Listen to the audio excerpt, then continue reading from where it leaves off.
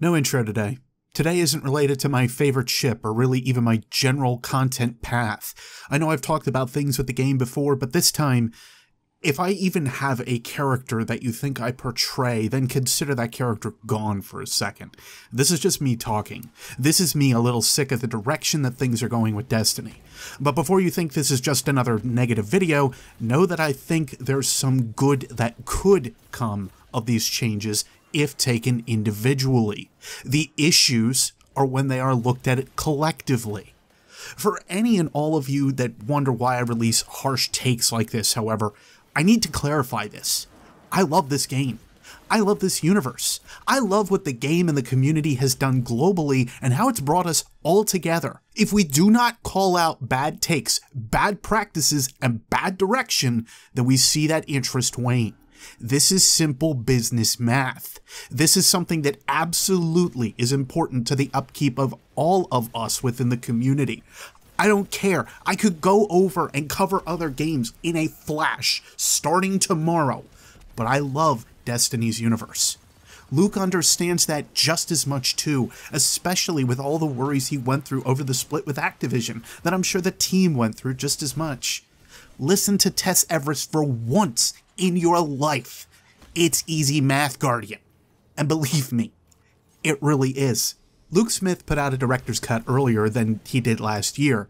Actually, he only released it in August, and I had kind of forgotten the time period, so it's been 6 months since he released that last one, which is incredible to me when we kind of dig into some of this. Anyway, they're really looking at plans for Year 4 of Destiny 2, which makes me think that Destiny 3 is definitely not going to be a thing for quite some time, and that the season work, minus the content and so on that might be going into those and the artwork, etc., is probably done and ready for us per this point for the rest of the year. Now, none of this is bad, but it does highlight something that you'll see showcased in this cut. Bungie has an issue with being mobile. I know, I'm really shaking the trees with this observation. It's been something I've criticized Bungie for already in the past, and one thing that I know many have put their finger on previously as well. But since going private, that's become much more obvious. It's a much more easy thing to kind of see and really experience and feel. I think in one respect, a tweet by DMG sets this up perfectly. It reads, "Setting expectations. There will be no changes to 110, 140 hand cannon archetypes in the next sandbox update. We're passing the feedback along as it comes in. If any changes are planned, we'll be sure to let you know." The communication displayed here is not the problem. In fact, it's not the problem at all with the director's cut either. This tweet is great, and I appreciate that DMG gave us the heads up, and that he was really able to release this information. That's telling of how Bungie's communication is. It's been great lately. He's been doing so on updates for the sandbox and so on over on Twitter for quite some time, and has been trying to keep us up to date on what new weapons will be added to the legendary engram system for the factions. More on that later, though. DMG has nothing to do with the balance changes that are passed by.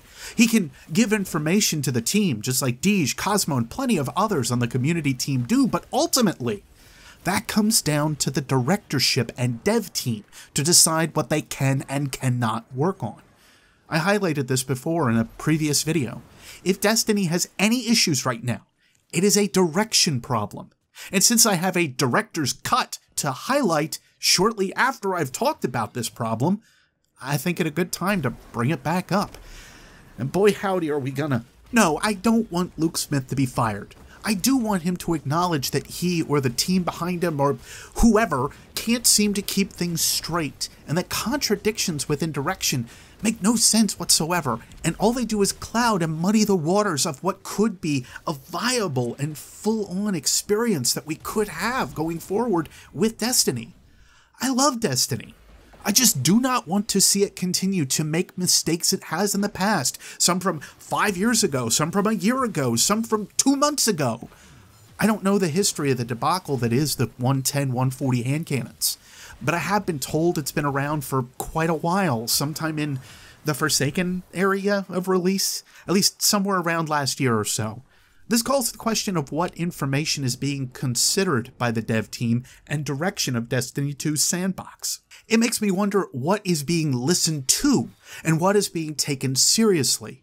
Listening and comprehending are two different realms altogether, and as someone that looks into, challenges, and gathers the lore for this game, I'd like to think I do that pretty well, or at least have some general ideas and vicinities on what to think up. So let me use those talents here for a little while. Let's just break down how this looks. If you want a full reading of the director's cut, I do know that Aztecos Gaming has a full read over on his channel. If I mispronounced your name, I'm sorry, with some of his own minimal thoughts involved. This is more of a summary, but I'll be as open as I can be. Really, as open as I should be. The opening to the director's cut sets the groundwork for us. I'm happy that we're getting this information early and happy that we're able to react to it now. It gives us plenty of time to give input, which I assume is precisely why they wanted to do so.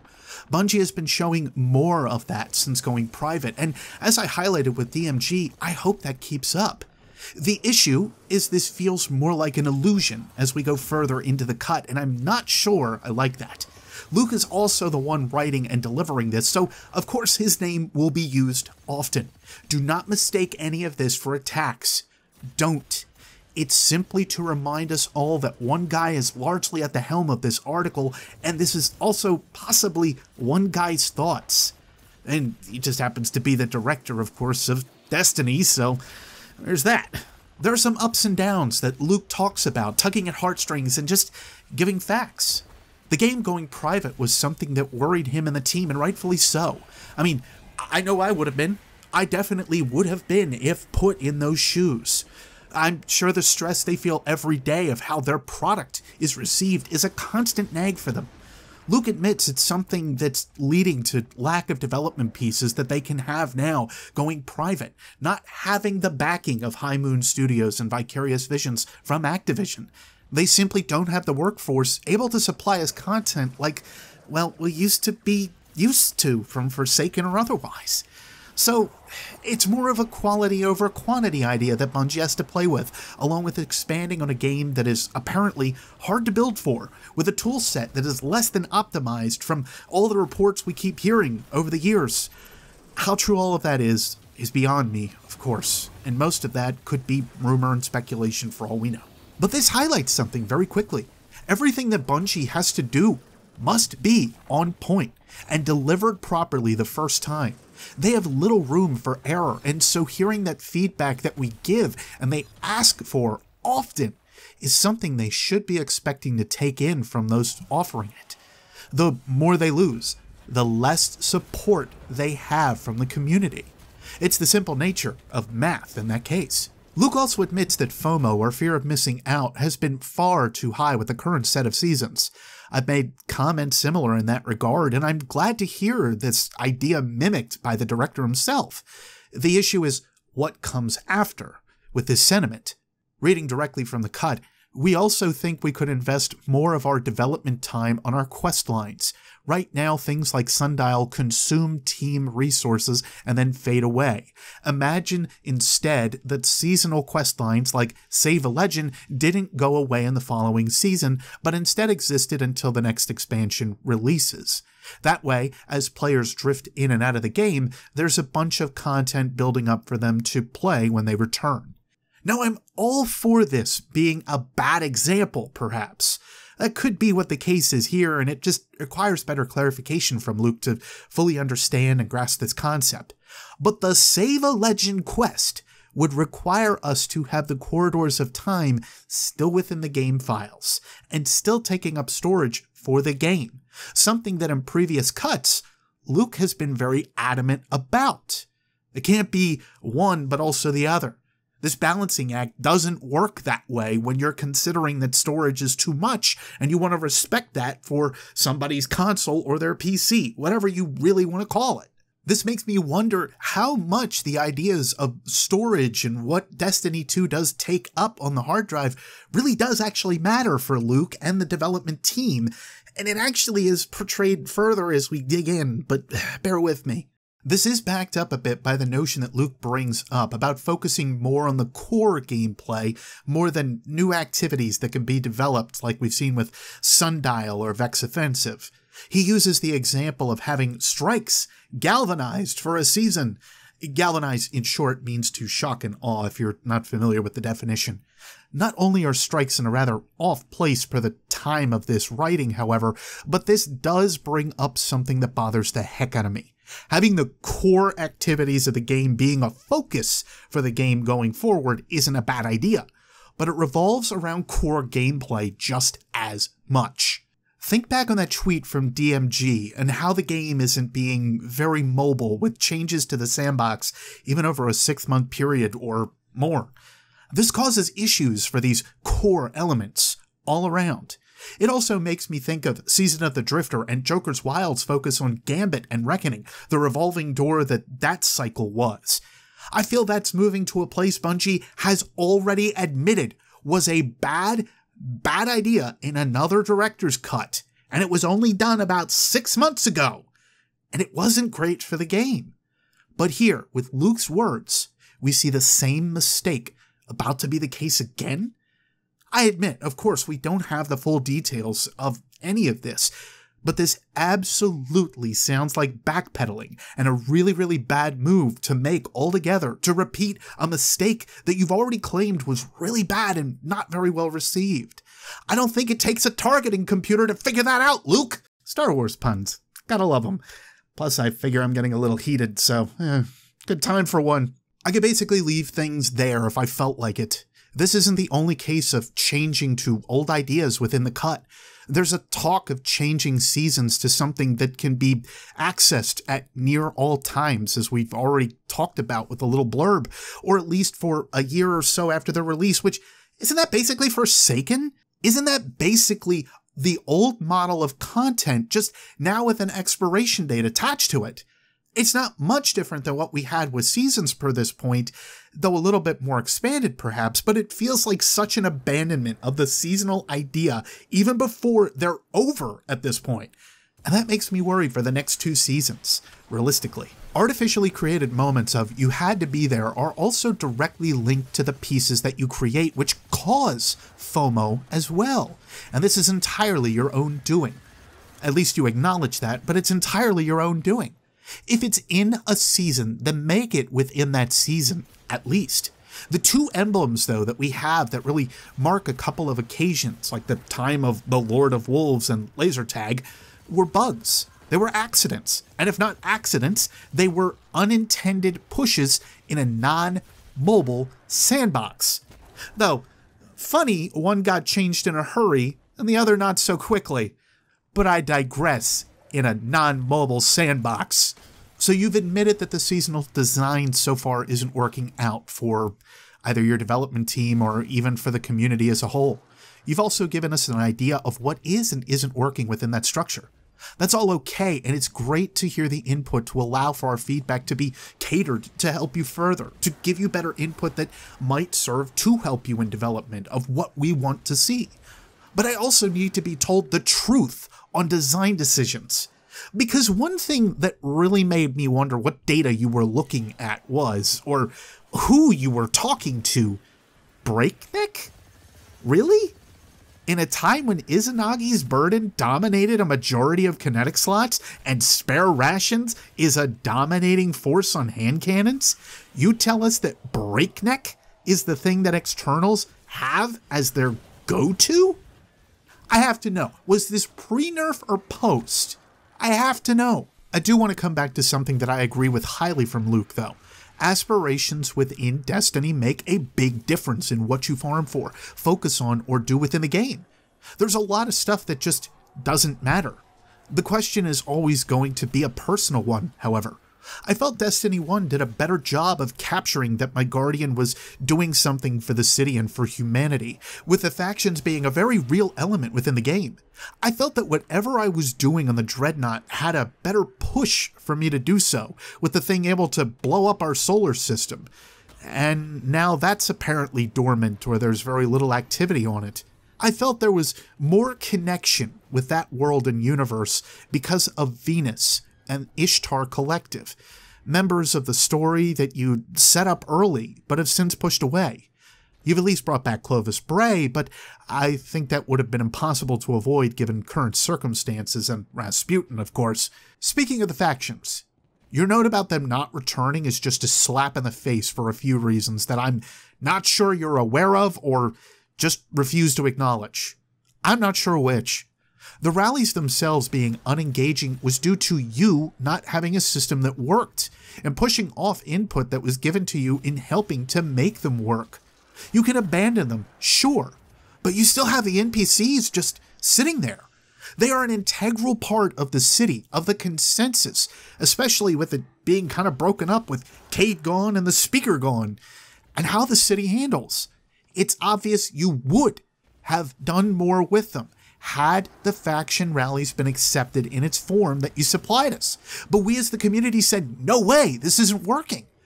So your decision to abandon them because the cast is getting too big falls hollow on my ears. What would the long-term plan have been for the rallies and the factions if that were the case? This just screams lack of foresight and an unwant to simply make the factions what they were before in Destiny 1. Even that would be just fine.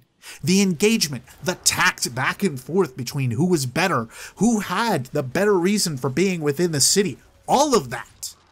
It was engagement of a different type from your community. And it made people think about the story behind them and the armories even more, of Amalon, of Hake, of all of them. The factions were integral. Fine, leave them be, let them alone. But just tell us you're not going to work with them anymore and move on, because a lie doesn't really look great. I haven't even talked about the weapons fiasco yet, so I guess time for that. First off, weapons and armor within the legendary engram pool should always be considered to be switched around, swapped out, and so on per season. Heck, even if it wasn't per season and we still had the old model, I think once every 3 months is a good idea for it. This is one way you can rejuvenate legendary engrams. It helps your reasons for running strikes for an armor or weapon set you might be looking for. It also helps to get older equipment into the game again and give it renewed purpose. Some of the weapons added back in, like Old Fashioned for instance, were valued for their uniqueness, and their perk set is also kind of on point. Base stats are not always what make a weapon viable. Perks are just as important and make them different and usable for different situations. They give value to a weapon, and that's what makes them different every time you see one drop, possibly. So when you talk about weapons and armor being switched out in the legendary engram pool, that's quite frankly and simply a great big duh there, guys. I have no other way to put it. Perhaps taking equipment out of the engrams as well from Flashpoint activities is also a good idea, or give the planetary vendors more reason for existing. I don't know, I talked about a vendor refresh enough on this channel last time. That still isn't being done and hasn't been talked about at all for even just the armor that they have, has it? Where is that idea that has been constantly pushed out there by I know many at this point over the last year? Taking a breath, sorry. The vendor refresh thing really gets me going though. Like it seems like such a simple thing that could change it, and I don't know why it's being avoided. I don't get it. And we've yet to hear any reason behind it. Anyway, but let's get into the fear tactic known as the Weapons Forever section of the cut. Because frankly, that's about all it is. Power within the game is set to a few places. Raids, Iron Banner, Trials, which is soon to come, and some of the Master, Adept, etc. level activities that exist in the game. Power matters to a small portion of the content that we have. Technically, it also goes in with Forges from Ada, Gambit Prime to a degree, and some of the Nightfall stuff, Ordeal, and so on, but largely, for the level that Strike playlists, Quick Play, and Competitive exist within Destiny 2 right now, none of it matters for power level. That's why this idea of cutting out the weapons is a bit flawed. The idea here is to cut out the ability to make a weapon a higher power level after a time.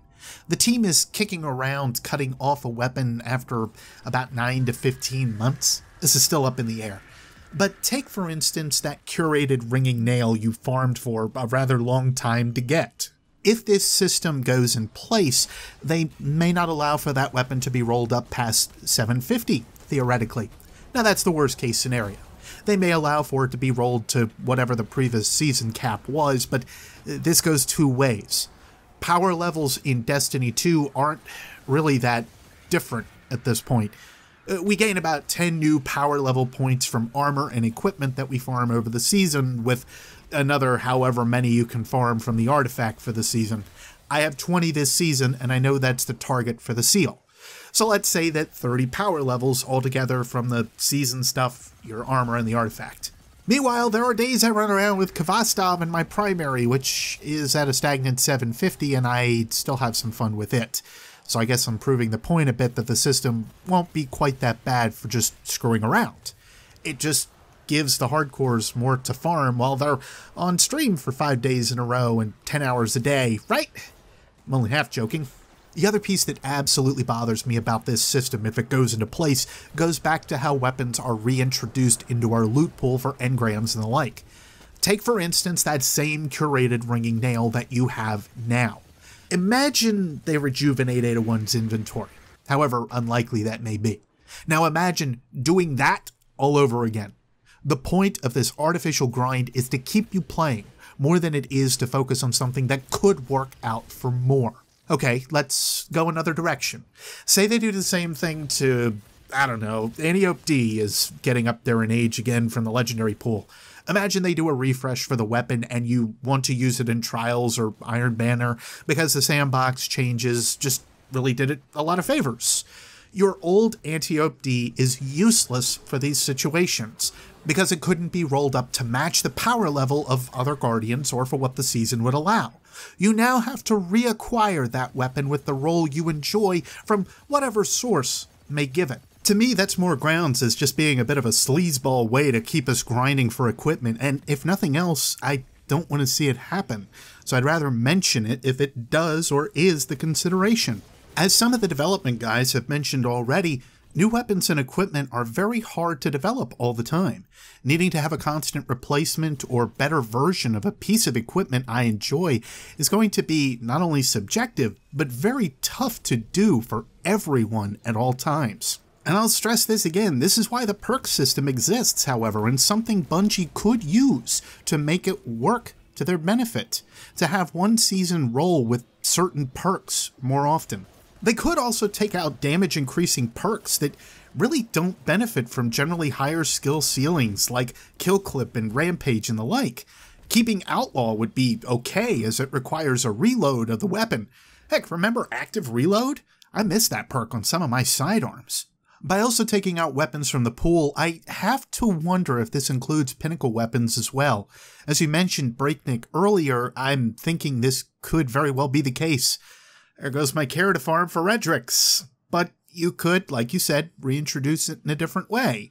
Is that going to be another pinnacle quest? Is that going to be another grind? Is that going to be another reason to not have bothered even farming halfway for Redrix? Like, I'm confused here. I know we got to get more clarity, but I'm just laying out all possibilities that I'm seeing at this point, even if they don't come to fruition, and I hope they don't. This feels to be more an attempt to combat the vault space issues that we're starting to have within the game, or at least that some have started to talk about. I know I haven't really been having that problem, but I know some have. I know it could also be a way to kill off certain weapon series in favor of others, or allowing for varying degrees of them as well. There are good points to this as much as there are bad. But one thing I do not entertain is the idea of it being a Magic the Gathering card game situation. Because in Magic, I have this resource called mana, and I choose the style of which I play. There are a couple pieces that I can draw for this comparison. Some things are going to be direct damage red, while others might be counterspell blue. And for those that play Magic, you know the terrible nature of either of these. God, or Shadow back in the day too. Oy. The presentation of this example is more so just to show how you can limit us, actively so, instead of giving us more options. One sounds great, the other, well, not so much to me. And I'm sure that the collectors on, well, everywhere probably all wanted to huck whatever they were holding at the time. I feel for you. I'm not one personally, but I can empathize. The collections tab is already terribly utilized to begin with. It's bad enough that your actual collection in your vault is going to be even less considered if this goes through. I also do not entertain the idea of it being an MMO comparison at all. In WoW, which you make a direct reference to, Luke, or other MMOs, random rolls are not something that you have to compete with or think about on your loot drops. Weapons, armor, and otherwise have set stats and set reasons for being. Destiny 2 has never been about this. You do not have a skill ceiling on certain armor anymore. You apparently got rid of that system overall for a very good reason. What this almost feels like it sets up is the return of two things altogether if this change goes into effect. Forever 29 from the Destiny 1 days, and static rolls on weapons. And so you are setting us up in a cycle, a pattern of return, and I am absolutely going to call you on that now. It worries the absolute crap out of me to see you going backwards. I know that the dev team is getting pushed hard, but if you don't have the backing of the community to help, then you need to evaluate that. I know that a lot of people are leaving the game for different reasons, most of which are connection, cheating, lack of variety in sandbox, lack of quick mobile changes. The list could go on, and I tried my best to look outside of just my own general community and the one that I have elsewhere on social media, because you are not the only one. And all of these pieces come down to your direction and how the teams coordinate and operate. And so I state again, from all of this that I have, Destiny 2 has a direction problem, and I hope you begin to see that and can fix it. Couple closing notes here. Luke makes a comparison to Sekiro and Dark Souls for why he may use a weapon or similar. As someone that covers the story of Destiny, let me tell you, Last Word, Thorn, and others are considered more by some because they are story related. And in Dark Souls and Sekiro, where the single-player experience is the maxim for those titles, they can allow for that to be the case. The sandbox of Destiny does not in its current state. So again, as someone that covers the story of Destiny, the weapons and equipment in Dark Souls are sought out because of the stories tied to that equipment. Perhaps you just exposed you want to allow the story to help make the game for you? I mean, that worked out pretty well when you let John Goff write some stuff for Last Word and so on, because those are probably some of the best quests in the game, I would just like to state. I know the narrative is what helps drive my videos, so might not be a bad idea, now that I got that off my chest. Perks are the last piece I know I touched on a bit, but just to hammer it home. Crooked Fang versus Line in the Sand. Line in the Sand can roll with Firing Line. Crooked Fang cannot. You make the perk sets different for weapons and add in some unique pieces and perks to them more often, then you'll have people farm for weapons in a season that might fit different circumstances.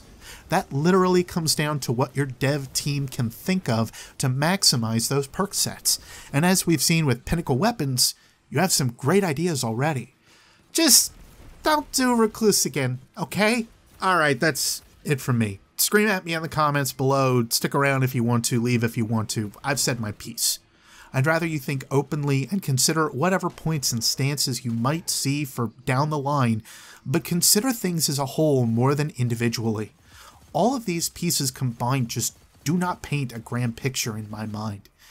And again, I would rather call them out now and hopefully be proven wrong in the future and not have said a thing, because I did that before.